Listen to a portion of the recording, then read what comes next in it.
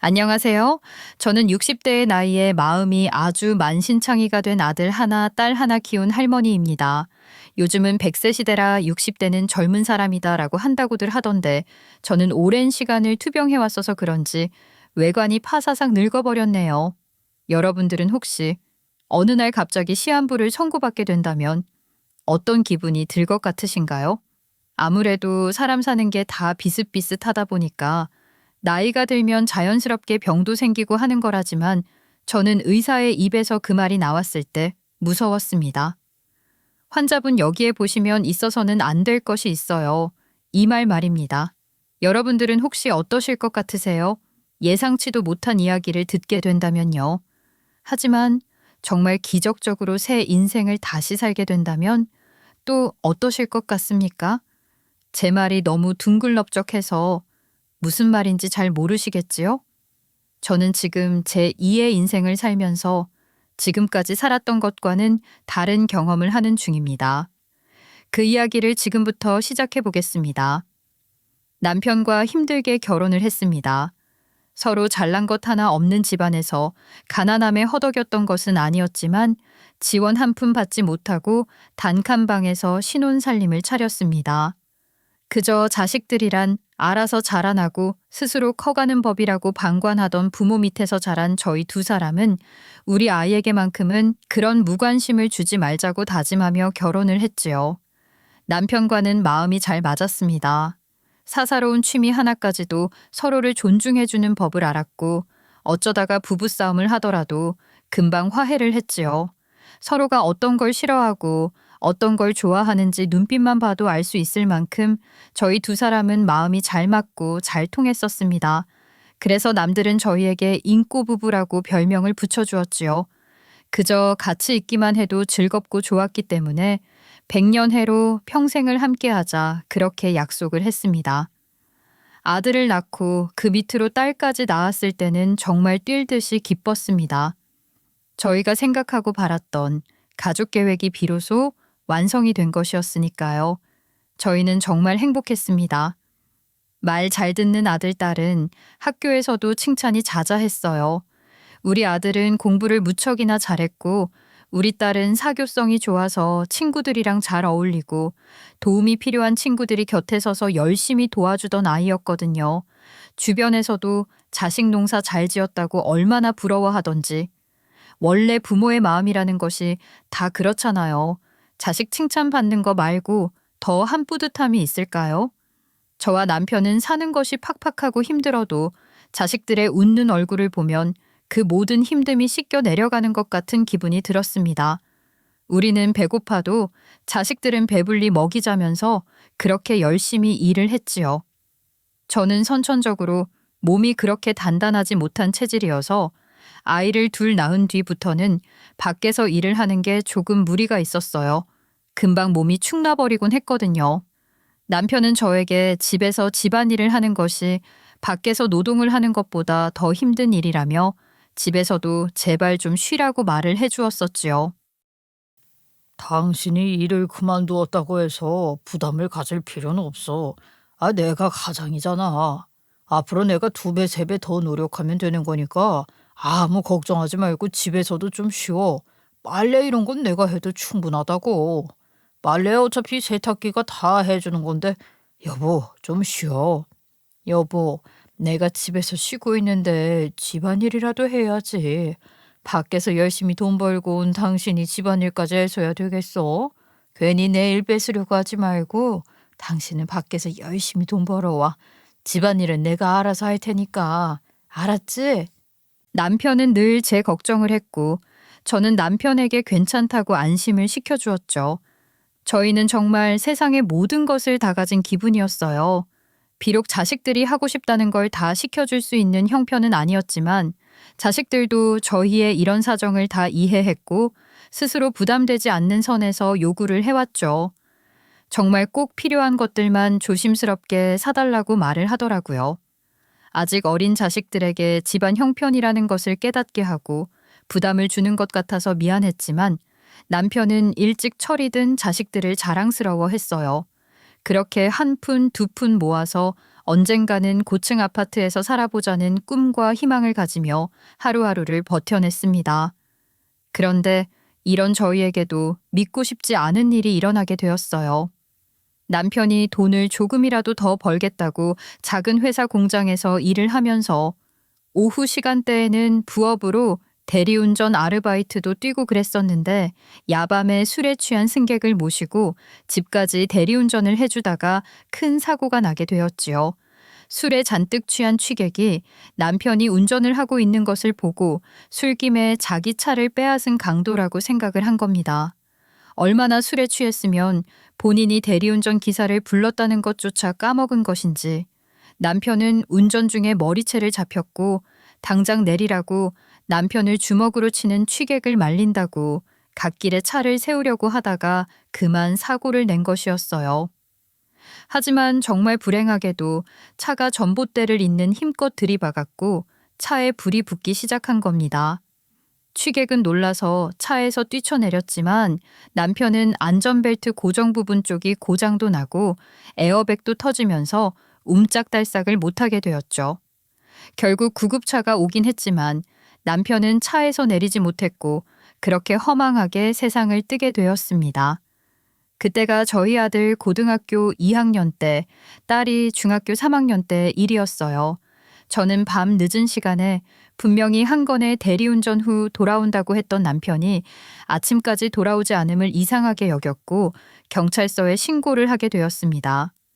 신고를 넣고 몇 시간이 지난 뒤에서야 남편이 사고를 당했다는 소식을 듣게 되었어요. 남편이 불붙은 차에서 사망을 했기 때문에 신원 파악을 하는데 오랜 시간이 걸렸다고 하더라고요. 저는 그 소식을 듣고 정말 그 자리에 우뚝 서서 움직이지를 못했습니다. 드라마나 영화에서 보면 다리에 힘이 풀려 주저앉는 사람들도 있고 소식을 듣고 달려나가는 사람도 있던데 막상 그 현실이 제 앞으로 닥치니까 움직이지를 못하겠더라고요. 그냥 두 다리가 땅에 박힌 것 마냥 그렇게 가만히 우뚝 서 있게 되더라고요. 몇 분의 시간이 흐르고 그제서야 울분이 터져 나오면서 병원으로 달려가게 되었어요. 이미 남편은 손 쓸 방법이 없는 상태로 연간실에 안치가 되어 있더라고요. 저는 정말 온몸에 소름이 돋았습니다. 어떻게 이런 일이 저에게 생길 수 있는 건지 이 지독한 현실에서 벗어나고 싶었어요. 그냥 제가 살아있는, 숨 쉬고 있는 지금 이 시간이 전부 거지처럼 느껴졌습니다.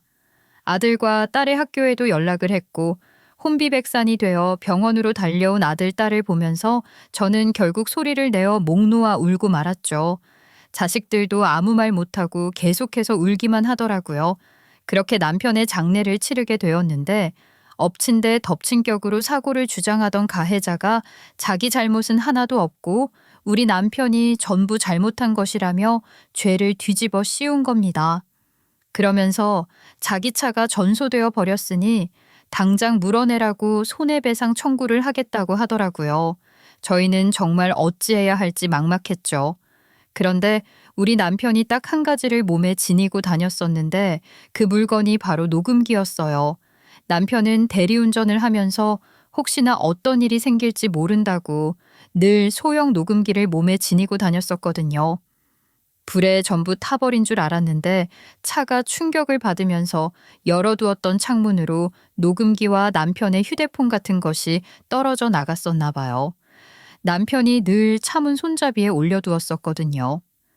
현장 주변에서 타지 않은 휴대폰과 녹음기가 발견이 되면서 사건은 반전을 맞이했고 저희는 다행히 가해자에게 역으로 합의금을 받을 수 있었습니다. 그 돈은 차마 쓰지 못하겠더라고요. 남편이 마지막으로 남겨준 돈이었으니까요. 그렇게 저는 아이 둘을 데리고 남편 없는 삶을 살아야 했습니다. 삶은 녹록치 않았어요. 친정에서는 혹시 돈이나 빌려달라고 할까 연락도 잘 받지 않았고 시댁은 제가 남편을 잡아먹었다면서 모르는 사이로 지내자며 연을 끊어버리셨지요. 저는 결국 일자리를 구해 전전긍긍을 하다 결국 식당에서 주방임으로 일을 하게 되었습니다. 홀에서 일을 하는 것보다 음식을 만드는 것이 더 자신이 있었고 제 음식 솜씨가 좋았거든요. 게다가 조리사로 일을 하는 것이 월급도 더 높았고요. 그렇게 열심히 식당에서 누구보다 열정적으로 일을 했는데 식당 주인집 아들이 참으로 망나니였어요. 매일같이 돈통에서 돈을 훔쳐가곤 했었죠. 주인 부부도 그 사실을 알고 있었지만 망나니인 아들에게 잔소리를 해봐야 좋은 꼴을 못 보니 그냥 모른 척 하더라고요. 그런데 제가 과부라서 그랬을까요? 주인 아저씨께서 사모님 몰래 자꾸 저에게 추파를 보내는 것입니다. 저는 일부러 무시를 했지만 좁은 식당 한 공간에서 일을 하는데 주인 아저씨가 저에게 추파를 던진다는 사실을 모르는 사람이 얼마나 있었겠어요. 당연히 사장님에게 대놓고 뭐라 할 사람이 없으니 저의 뒷담화를 하더라고요. 특히 사모님께서 엄청나게 벼르고 있었는데 아주 억울한 일이 벌어졌지요. 어느 때와 다름없이 주인 부부 아들이 돈통에서 돈을 훔쳤는데 그걸 뻔히 봐놓고 저에게 돈통에 손을 댔다면서 누명을 뒤집어 씌운 겁니다. 아유, 저기 미나 엄마. 미나 엄마가 돈통에 손댔지? 청산할 금액에서 5만 원이 모자라잖아. 아유, 사모님. 제가 돈통에 왜 손을 대요? 거기다가 저는 주방에서만 일을 했는데 돈통 근처에 갈 일도 없는걸요. 제가 그런 거 아니라는 거 잘 아시잖아요. 그러면 뭐 우리 아들이 또 도둑질이라도 하지 않았겠냐 이 말이야? 우리 아들은 나한테 말하고 가져가는 거야. 오늘은 아무 말 안 했다고? 아까도 아드님 왔다 갔는데 저는 손 안 댔어요. 괜히 저한테 그러지 마셔요.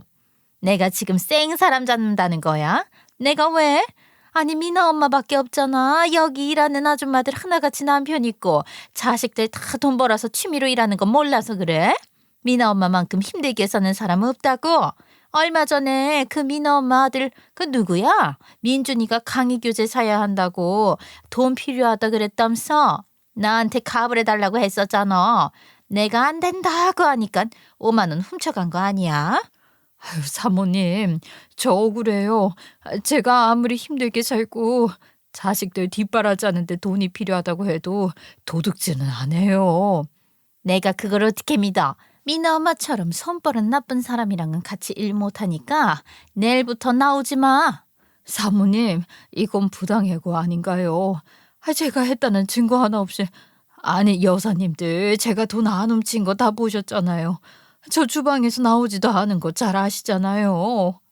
그런데 다들 사모님에게 밉보이기 싫은 건지 하나같이 입을 꾹 다물고 있더라고요. 눈치 살살 보면서 자기네들은 아무것도 모른다는 식으로 말을 하는데 정말 억울하고 속상하고 다들 제 편을 들어주지 않으니까 사모님도 당장 나가라고 난리고 결국 저는 그렇게 식당에서도 쫓겨나고 말았어요. 미나 엄마, 억울해도 어쩌겠어? 미나 엄마가 훔치지 않았다는 증거도 없는데 앞으로는 우리 가게 근처에 얼씬도 하지 마. 미나 엄마 얼굴만 보면 아주 기분이 나쁘다니까. 괜히 가정 있는 남자한테 꼬리치지 말고 미나 엄마도 정신 똑바로 차리고 살아. 그 마지막 말에 알겠더라고요. 제가 정말 돈을 훔쳤다고 생각해서 쫓아낸 것이 아니라 그저 질투심에 눈이 멀어서 한 짓이라는 것을요. 그 당시에는 과부로서 아이들을 키우며 사는 게 척박했어요. 물론 도움을 주시는 동네 사람들도 있었지만 뒤에서는 무슨 말을 하고 다닐지 모르는 거였죠.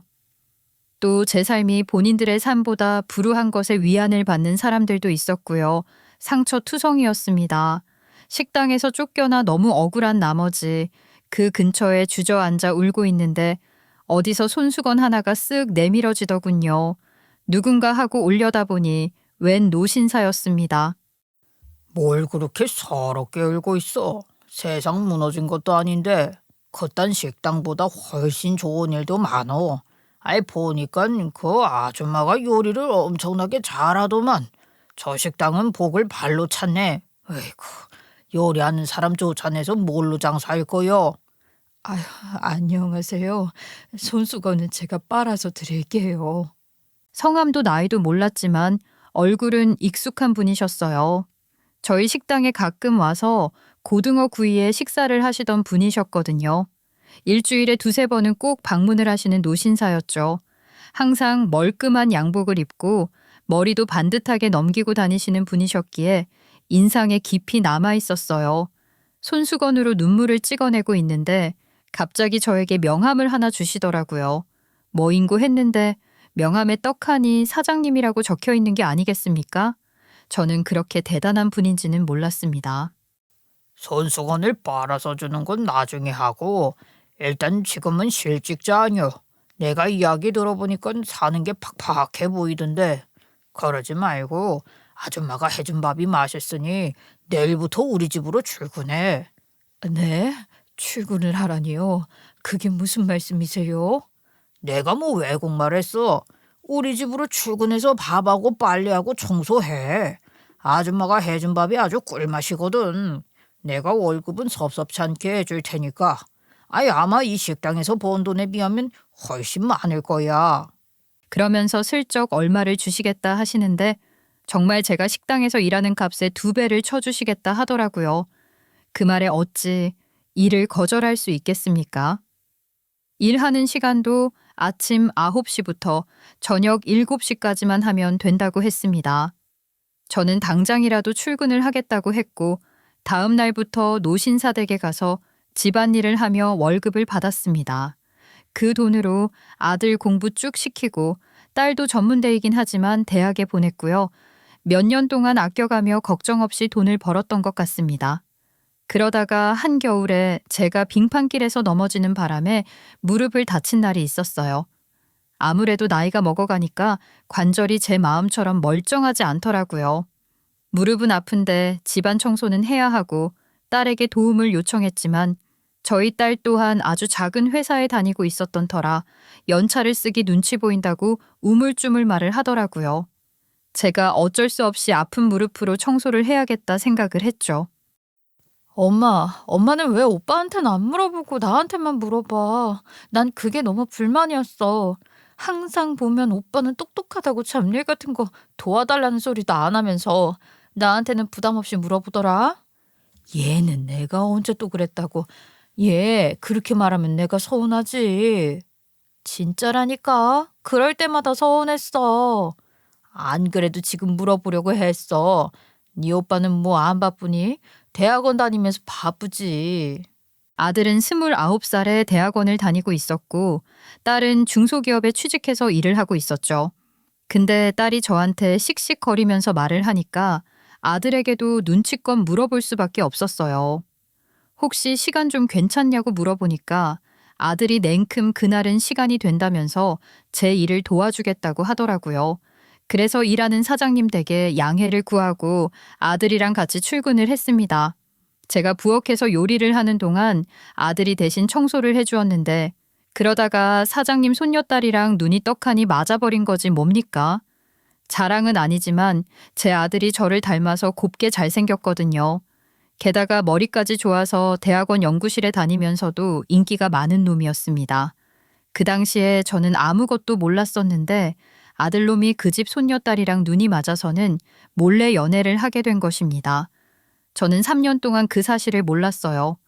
아들이 워낙 잘생겼었기 때문에 간간히 연애를 하고 있다는 것은 알고 있었지만 그 대상이 사장님 댁 손녀딸일 줄 누가 알았겠냐고요. 저는 정말 깜짝 놀라서 아들을 말렸습니다. 아니 아무리 둘이 눈이 맞았어도 그렇지. 어떻게 엄마가 일하러 다니는 집 사장님 손녀딸이랑 눈이 맞아. 아휴 엄마가 거기서 어떻게 일을 할 수 있겠어. 가뜩이나 집안 차이도 엄청나게 나는데 그건 아니지. 민준아 진짜 왜 그러니? 엄마 면목 없게. 엄마 세상이 어떤 세상인데 집안 차이를 신경 쓰고 그래요. 제가 그 집에 장가라도 가게 되면 우리 집도 살림 팍 피는 거라고요. 엄마 진짜 로또 맞은 거라니까. 다른 건 몰라도 우리 진짜 서로 사랑하고 있고 잘 맞아요. 그 집에 돈이 많다고 해서 저를 무시하고 그런 것도 아니고요. 그냥 서로 행복하게 잘 지내고 있으니까. 에휴 그러다가 헤어지기라도 하면 엄마가 그 집에서 어떻게 더 일을 할 수 있겠어. 헤어질 때 헤어지더라도 뒤탈 없이 깔끔하게 헤어져야 하는 법이야. 아유 엄마 무슨 소리라는 거예요. 제가 왜 엄마한테 말을 했겠어요. 저희 진지하게 결혼까지 생각 중이에요. 그래서 이렇게 사실대로 제가 만나는 사람이 누군지도 말씀드리는 거고요. 아들은 정말 진지하게 말을 하더라고요. 그러니까 한마디로 그 집 손녀딸이랑 결혼까지 생각을 하고 있다는 뜻이었어요. 저는 정말 머릿속이 캄캄해지는 것 같았습니다. 혼자 아이를 키우면서 얼마나 고되게 살았는지 뼈저리게 느낀 저는 집안 차이로 반대를 극심하게 당할 것을 생각해서 벌써부터 마음이 아팠어요. 하지만 생각보다 일이 순탄하게 흘러가더군요. 부잣집이라고 해서 돈으로 사람을 무시하는 집안도 아니었고 더군다나 우리 아들의 똑똑함을 높이 사주었어요. 아들에게 취업 자리까지 알선을 해주셨습니다. 사장님이 운영하시는 회사에 아들이 떡하니 취업을 하게 된 것이지요. 물론 대학원 연구실에서 전공을 하던 일과는 전혀 달랐지만 우리 아들은 냉큼 그 집안에 장가를 가겠다는 일념 하나로 취업 자리를 거절하지 않고 입사를 하더라고요. 와, 오빠도 진짜 기회주의자다. 그 집안 사람이 되고 싶어서 몇 년 동안 연구해오던 일도 그만두고 그 회사에 들어간 거야? 대단해, 진짜. 너는 내 동생이지만 참 멍청해. 당연히 인생에 두 번 다시 올 수 없을 것 같은 기회가 왔을 때는 잡아야 하는 법이지.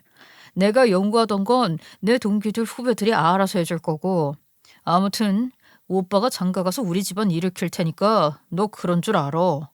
아들은 신이 나서 어쩔 줄 모르는 사람처럼 굴었어요. 저는 그런 아들을 보면서 한편으로는 걱정이 많이 되었지만 정말 제가 예상했던 반대는 없었고 아들은 무탈하게 그 부잣집으로 장가를 갈 수 있었습니다. 문제는 그 이후였지요. 제가 어떻게 사돈댁에서 일을 할 수 있겠습니까? 당연히 일을 그만두어야 했지요. 제가 나이도 많이 들었고 남의 집 가정부로 일을 하면서 몸도 많이 상하긴 했습니다. 매일같이 집안을 쓸고 닦고 하면서 관절도 상했고요. 거기다가 혹시라도 실수를 하면 안 되니까 늘 긴장을 해서 그런지 속도 더부룩한 것 같고 몸이 힘들었었어요. 이참에 일을 그만두고 다른 소일거리를 알아봐야겠다 싶었죠. 딸도 이제는 밥벌이를 하고 있었고 아들도 장가를 갔으니 뒷바라지 할 일도 없었으니까요. 그렇게 저는 사표를 냈고 제가 사표를 낸 지 얼마 되지 않아서 아들네 부부는 임신을 했다며 기쁜 소식을 전해주더라고요. 하지만 손주가 태어나기 전에 저에게 일자리를 제안해 주신 은인이나 다름없는 사장님께서 노환으로 세상을 떠나시게 되었습니다. 시간이 지나면서 별일이 다 있었지요. 문제는 제가 일을 그만두고 부업으로 돈을 번다고 해도 생활비가 꽤 부족했다는 것이었습니다. 보다 못한 딸이 월급에서 생활비를 떼어주었었는데 그 돈을 받는 게 미안하더라고요. 제가 제 밥벌이는 해야 하는데 자식들에게 기대어 사는 것 같다는 느낌이 들어서 얼마나 고개 들고 다니기가 부끄럽던지요. 자식을 낳은 이유가 제 노후를 대비해서 그런 게 아니잖아요. 자식들도 본인들 인생을 살아야 하는데 제가 꼭 짐이 되는 것 같더라고요. 아유, 오빠도 진짜 너무한다. 아니, 오빠 때문에 엄마가 그 좋은 조건에서 일을 하다가 그만둬야 했는데 어쩜 이렇게 입을 씻을 수가 있어? 걔라고 처가 눈치 보여서 뭐 나를 도와줄 수나 있겠니? 그저 지 인생이나 잘 살고 있으면 그만인 거지. 엄마는 오빠한테 이렇게 너무 관대하다니까. 내가 매달 생활비 보태주는 거 아니면 엄마 생활하기 힘들잖아. 그것도 미안하다, 얘. 너도 이제 나이가 33인데 결혼 자금 모아도 시원찮을 판에 아휴, 나한테 생활비 보태준다고 돈도 못 모으고 있는 거 아니냐? 어쩌냐 정말. 엄마, 결혼도 남자가 있어야 하는 거지. 나는 지금이 딱 좋아. 그냥 평생 엄마 옆에서 엄마랑 같이 부대끼면서 살면 안 될까? 무슨 그런 무서운 소리를 하고 그래. 가정을 꾸려서 행복하게 살아야지. 난 지금도 충분히 행복한데. 엄마랑 함께 있으면 난 늘 행복해. 엄마, 사랑해. 딸은 저에게 애교를 부리면서 평생 함께 하자고 장가 가더니 입을 싹 씻은 아들놈은 무시하고 살자고 하더라고요. 어디 자식이라는 게 제 맘대로 되는 일이겠냐 싶지만 아들놈에게 서운한 마음이 드는 건 어쩔 수 없긴 하더라고요. 그렇게 처가의 목숨을 걸면서 뒷공문이 졸졸 쫓아다니면서 저한테는 연락도 한 통 없더라고요.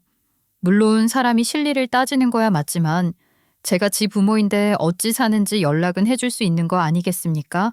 서운함이 점점 차오르더라고요.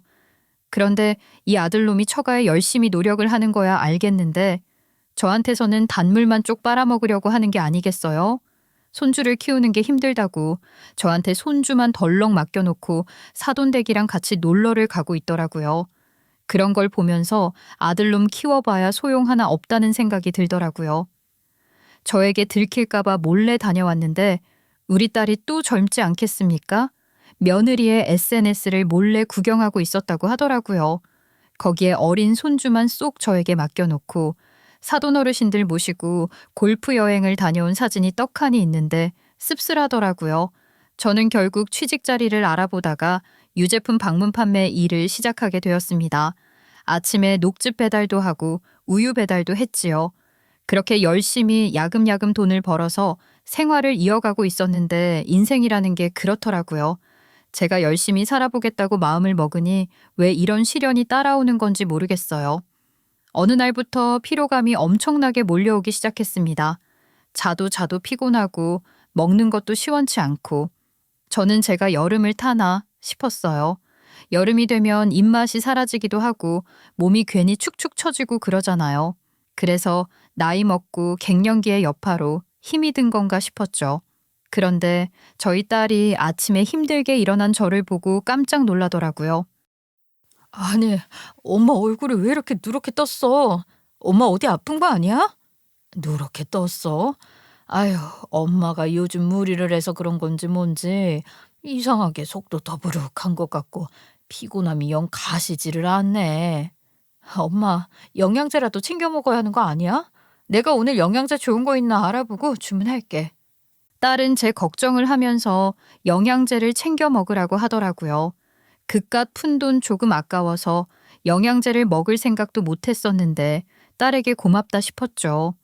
그런데 며칠 뒤 도착한 영양제를 먹어도 이상하게 피곤함이 이어지더라고요. 아침에 일어나면 손발도 퉁퉁 부어 있고 몸이 안 좋다는 생각이 절로 들었어요. 그런데 제가 다니는 방문 판매 회사에서 1년에 한 번씩 건강검진을 시켜준다는 것이 아니겠습니까? 추가 금액을 내면 여러 가지 검사도 가능하다고 하더라고요. 그런데 병원비라는 게 한두 푼이 아니더라고요. 추가 금액까지 내면서 받고 싶은 생각은 없어서 기본적인 피검사와 5종 암검사 같은 것만 받았습니다.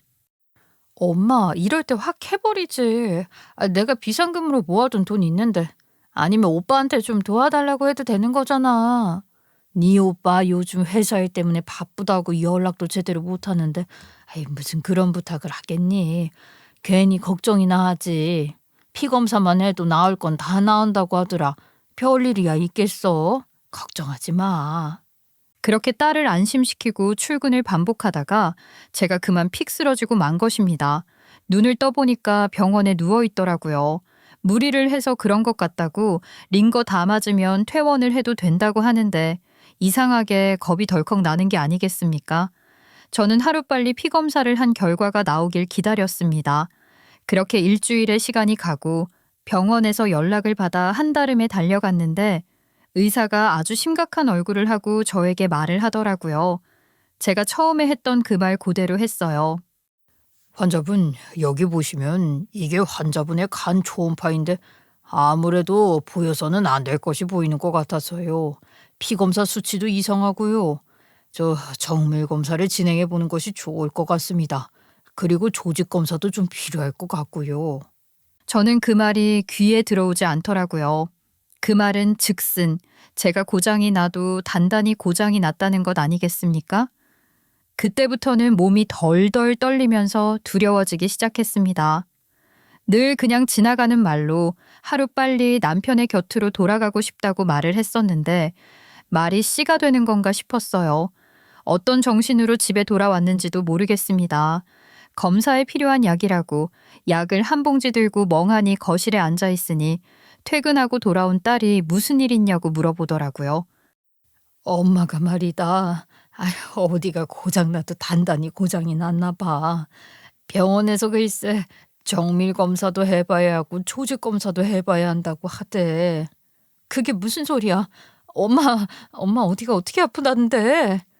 일단 정확한 건 검사를 해봐야 알 수 있다고 하네. 그렇게 저는 딸의 손에 이끌려 병원에 갔습니다. 혼자 가는 게 무서웠는데 딸이 옆에 있어주니 든든하더라고요. 그렇게 힘든 검사를 마치고 결과를 받았는데 제가 간암이라고 하더라고요.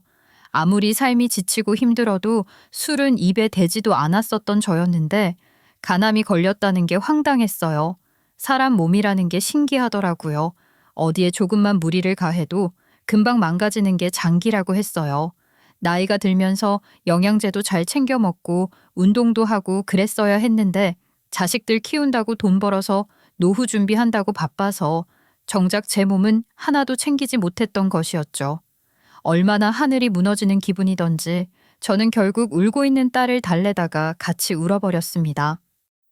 엄마 어떡해. 엄마가 암이라니. 믿어지지가 않아.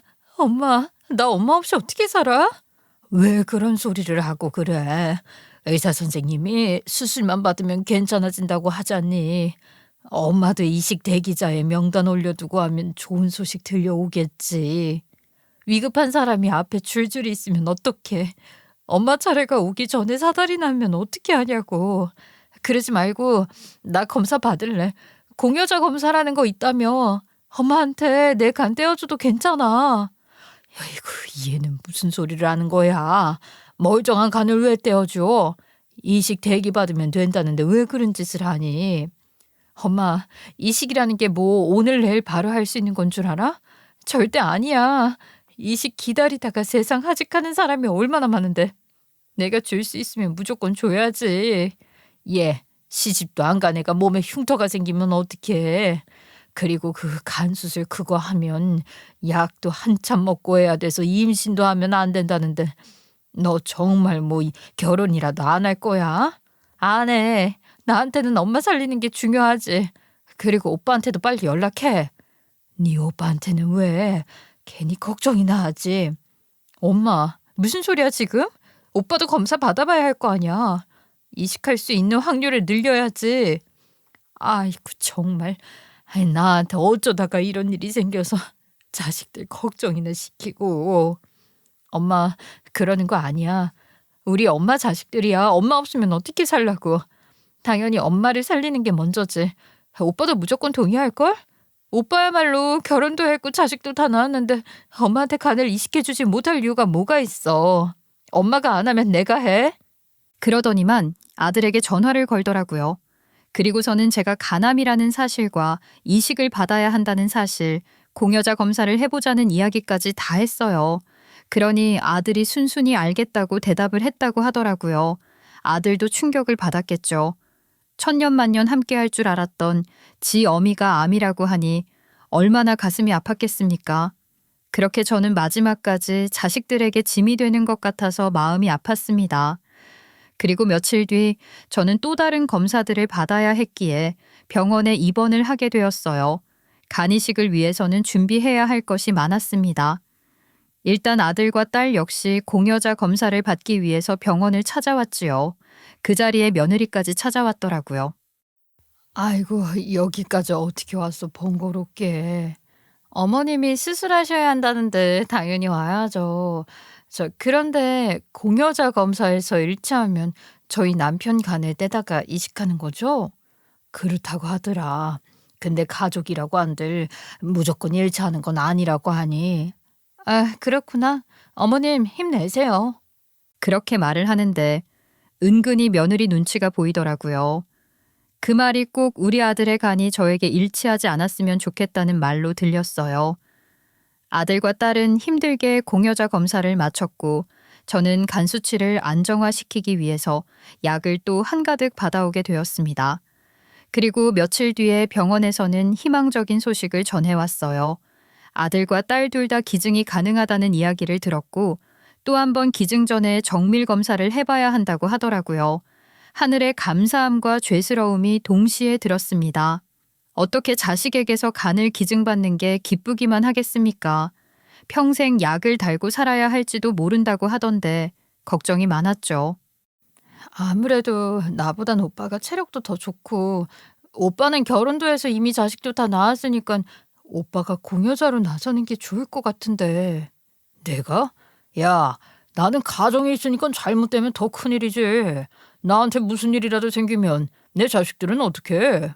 그리고 장인어른 회사에서 내가 맡은 일도 있는데 계속해서 자리를 비울 수도 없고. 그러면 뭐 나보고 하라고?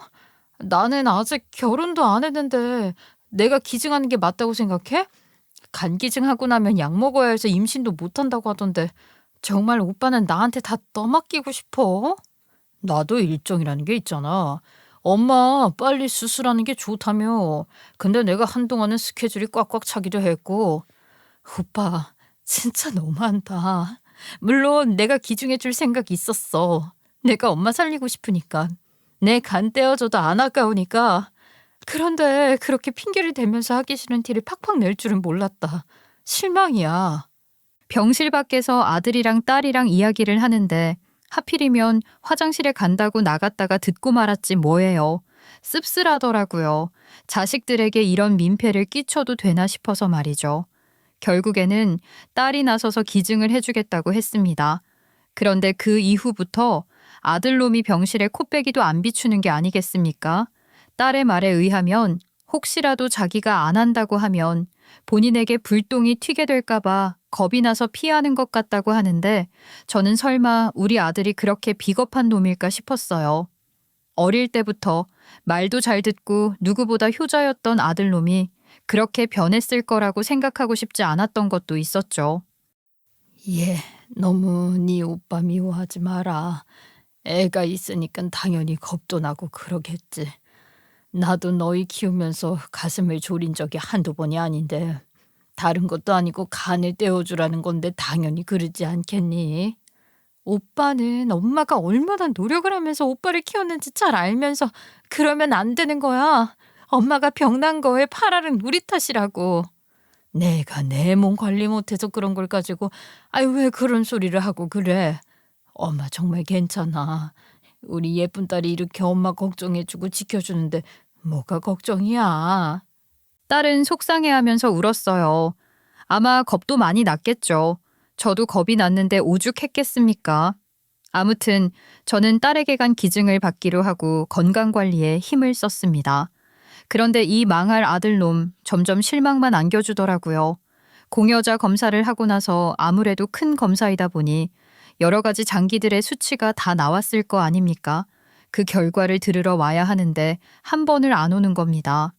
병원에서도 의료 기록은 본인에게만 말해줄 수 있다고 기증을 받을 수 있는지 없는지에 대해서만 슬쩍 말을 해주고 정확한 이야기는 본인이 있는 자리에서 해야 된다고 하더라고요. 그런데 아들이 나타나질 않으니까 뭘 알 수 있겠어요? 오죽하면 우리 딸이 열받아서 전화로 떽떽거렸지요. 오빠 병원에 한번 찾아오는 게 그렇게 힘들어? 엄마 다다음 주에 수술하는 건 알지? 도대체 어디서 뭘 하는 거야? 미안. 나 지금 강원도에 잠깐 와가지고 일 때문에 온 거거든. 내가 뭐 노나? 그래서 다음 주까지는 못 갈 수도 있을 것 같은데 뭐 별일 없지? 너 갑자기 간 기증이 안 된다거나 그런 건 아니지? 걱정되는 게 그거 하나야? 설마 오빠 간 내놓으라고 할까 봐? 와 진짜 사람 새끼도 아니다. 저는 그냥 포기했어요. 아들놈 결혼하고 나서 제가 어찌 살든 말든 관심도 없었으니까요. 그렇게 수술하는 날이 다가오고 저는 입원을 하게 되었습니다.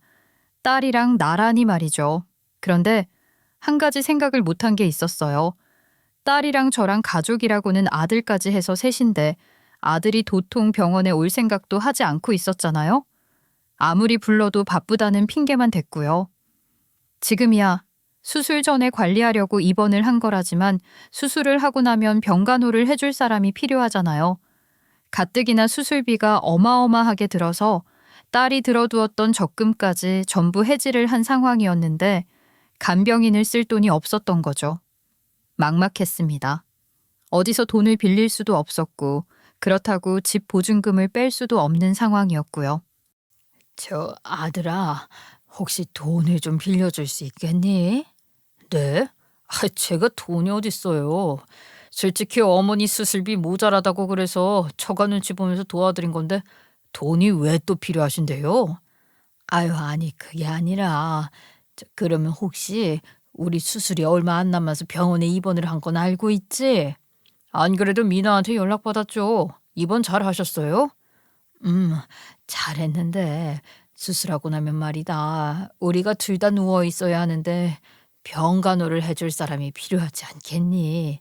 그러겠죠. 근데요. 그게 간병인을 쓰자니 돈이 없고 그래서 네가 와서 좀 도와줄 수 있겠니?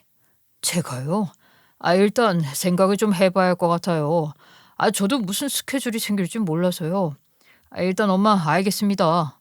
아들이 시원치 않게 대답을 하긴 했지만 할 말은 했으니 간병인을 쓸 돈을 빌려주거나 아니면 본인이 직접 와서 도와주겠거니 했지요. 며느리한테 부탁해도 되는 거 아니냐고 생각하실지 모르겠지만 저한테 너무 어려운 며느리였어요. 집안 차이도 그렇고 저는 또 며느리를 부려먹고 싶지 않았거든요.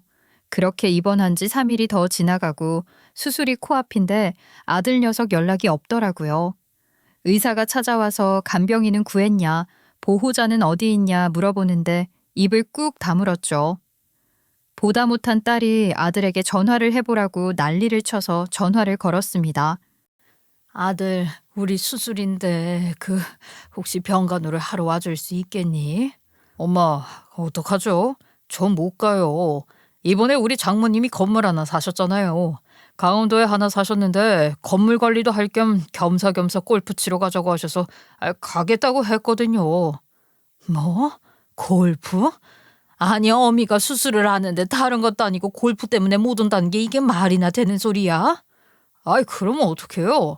그 건물 나중에 우리 아들 20번째 생일날 명의 변경해 주신다고 하시는데 지금이라도 제가 잘 보여야 하지 않겠어요? 돈 많은 장모님 수발을 먼저 들어야지. 저도 나중에 편안하게 살 수 있겠죠. 엄마, 우리가 돈이 많아지면 엄마도 좋은 거라니까요. 내가 나중에 몇 배로 효도할 테니까 이번에 좀 봐주세요. 예, 그게 말이나 되는 소리야? 네 어미가 이번 수술로 생명이 어찌 될지도 모르는 건데 이식 수술한다고 100% 성공을 하는 것도 아니고 어떤 후유증이 따라올지 모르는 건데 지금 사부인이랑 골프 여행을 간다고? 아이고 두희야, 아이고. 엄마, 내가 지금은 처가 눈치가 보여서 간병인 돈도 제대로 못 갖다 주지만 조금만 있어 보라니까요. 다음에는 내가 무슨 수를 써서라도 엄마 불편한 거 없게 싹 세팅해 줄게요. 아들 녀석이 그렇게 말을 하는데 속이 터지겠더라고요. 도대체 제가 전생에 무슨 죄를 지었길래 이런 꼴을 봐야 하는 건지 머리가 너무 아팠습니다. 제가 통화를 하고 있는데 옆에 서 있던 의사도 간호사도 벙쪄서 아무 말도 못하더라고요. 그렇겠지요.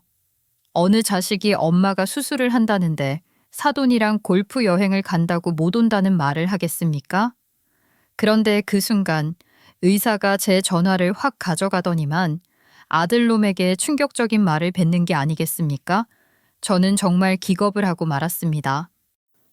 김민준 씨, 지금 한가롭게 골프 여행을 가실 때가 아닙니다.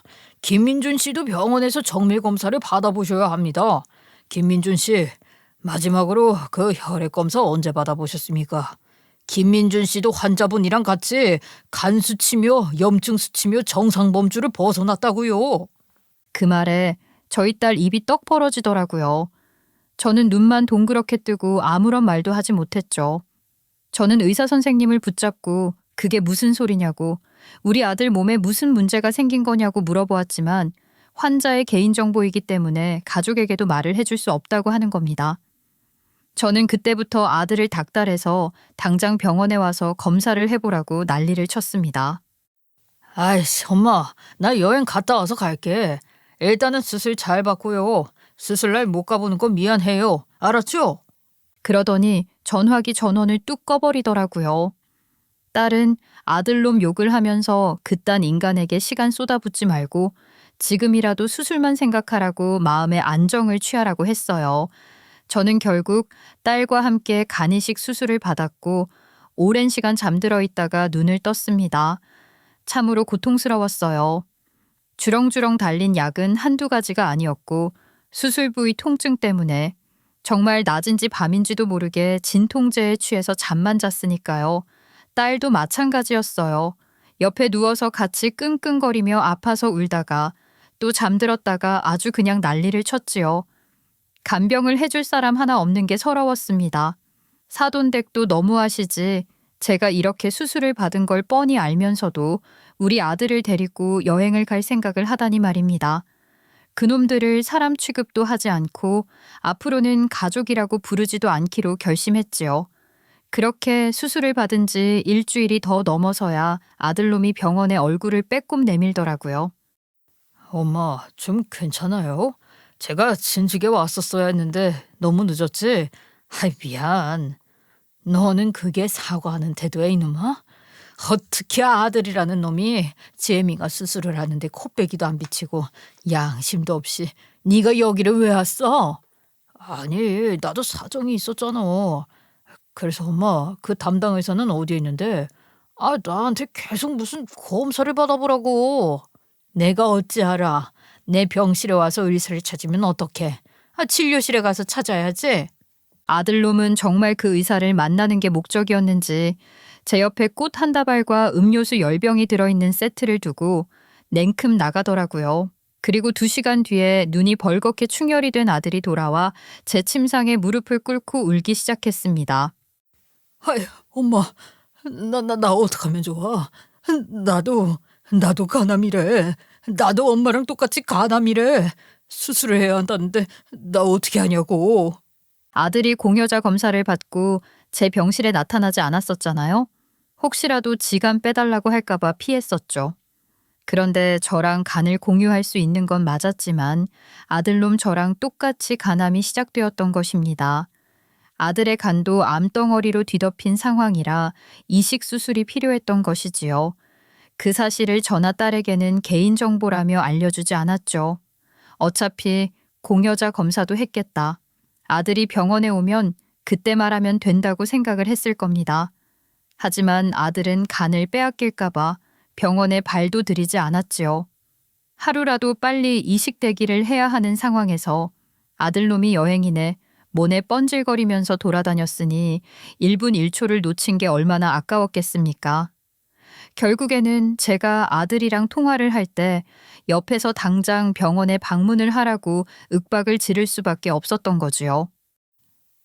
오빠, 뭘 어떻게 이식대기를 걸어놓던지 해야지. 간암 수술을 해야 한다고 했다며? 기증자가 나타나야 할 텐데 어쩌냐? 미나야, 너 간 있잖아. 그거 얼마나 남았는데? 엄마한테 얼마나 떼줬는데?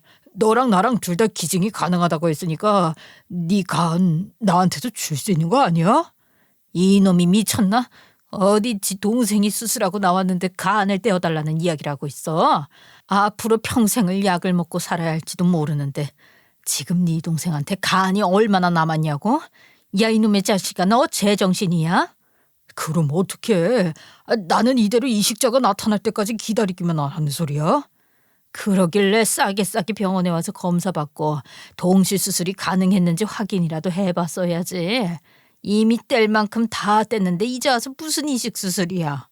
아이고, 야, 미나야, 나 어떡하냐. 네 오빠 어떡해. 나는 자식도 있는데 이대로 인생 종치면 어떻게 하란 말이야.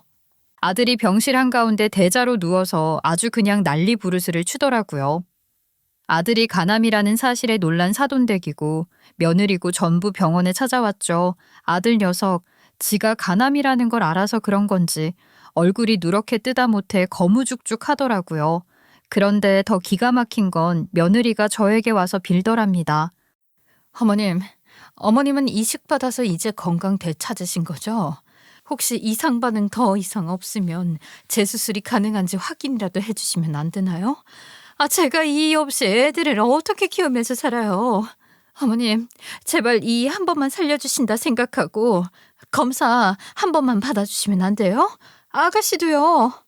그 말에 지금 누구 보고 죽으라는 건가 싶어서 얼빠진 얼굴을 했는데 우리 딸 젊어서 그런지 저보다 회복이 조금 더 빠르대요. 그 아픈 배를 부여잡고 일어나더니만 옆에 있던 화병을 며느리 머리 위로 쏟아붓더라고요. 덕분에 시들어 있던 꽃도 그 안에 고여있던 물도 죄다 며느리가 뒤집어 쓰게 되었지요. 사돈댁은 놀라서 딸아이에게 뭐 하는 짓이냐고 했고 며느리는 주저앉아서 울고 있었어요. 어디서 그런 양심도 없는 소리를 하고 있어. 우리 엄마가 아플 때 모른 척하고 간병인 비용이라도 보태달라고 할 때 처가는 지보에서 돈 못 준다고 했던 인간들이 수술 끝낸 지 아직 일주일밖에 지나지 않은 사람에게 뭐? 가안이식 수술이 가능한지 확인을 해달라고? 진짜 이런 천하의 몹쓸 것들이 다 있나. 앞으로는 우리 눈앞에 띄지도 말고 죽든지 살든지 니들한테는 관심도 안 가질 거야. 그리고 죽는다고 한들 장례식장에 초대도 하지 마. 이런 걸 자식이라고 키운 우리 엄마가 불쌍해. 아가씨, 제가 이렇게 빌게요.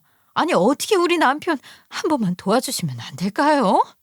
수술을 한 지 얼마 안 된 사람한테 또 다시 간을 내놓으라고 하는 게 정상적인 사고이겠습니까?